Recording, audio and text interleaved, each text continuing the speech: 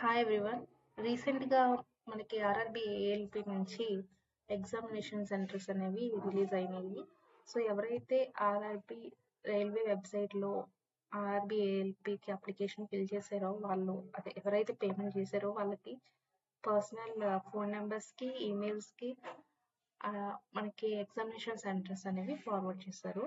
17th, 18th, 19th ఈ 3 daysలో అందరికీ maximum అందరికీ ఎగ్జామినేషన్ సెంటర్స్ అనేవి వచ్చాయి.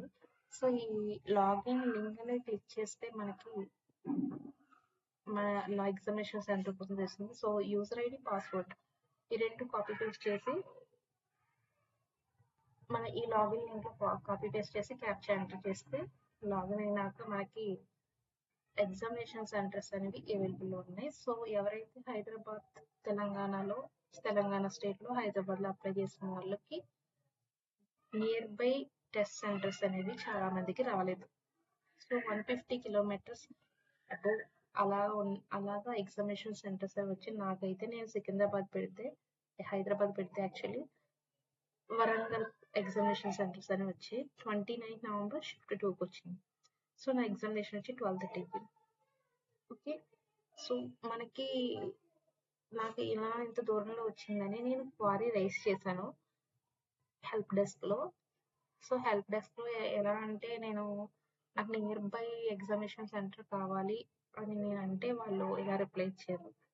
సో ఏంటంటే మనకి ఎగ్జామినేషన్ డేట్ కానీ సిటీ కానీ షిఫ్ట్ కానీ అసలు చేంజ్ చేసే ప్రసక్తి లేదని పంపారు.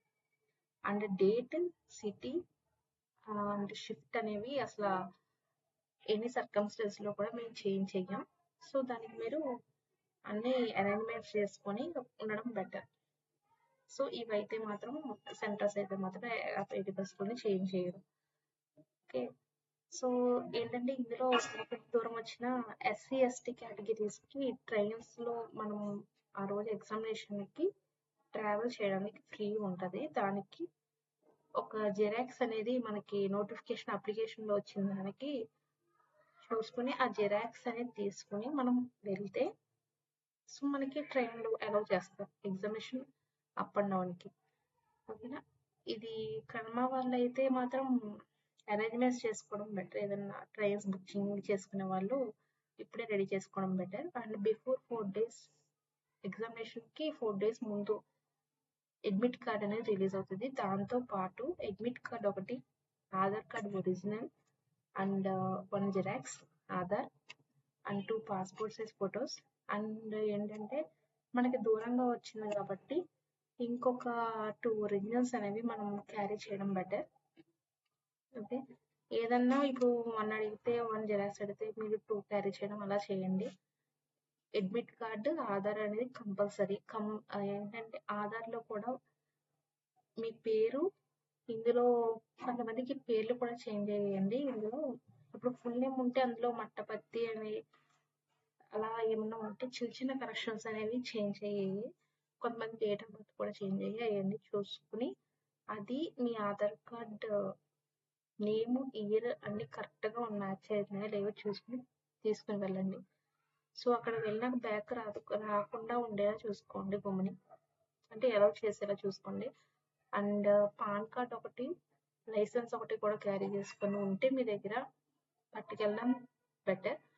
ఇవైతే మాత్రం ఎగ్జామినేషన్ టెస్ట్ సిటీస్ అయితే మాత్రం 80% చేంజ్ చేయరు.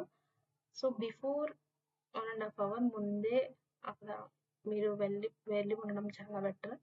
ఎందుకంటే మనకి 1/2 hour చెకింగ్కి అయిపోతుంది. అండ్ ఇంకో 1/2 hour లోపల మనకి వెళ్ళిన వెంటనే ఇది ప్రాసెస్ ఉంటాయి కదా మనకి ఐ క్లికింగ్ అని, ఇవి సిగ్నేచర్స్ అని ఇవన్నీ ఉంటాయి. కొన్ని ఒకవేళ డిస్టర్బెన్స్ వచ్చినా కొంచెం ముందే మీరు వెళ్ళి స్టే చేయడం బెటర్. ఓకేనా, so all the best for everyone who have to apply for this job and thank you for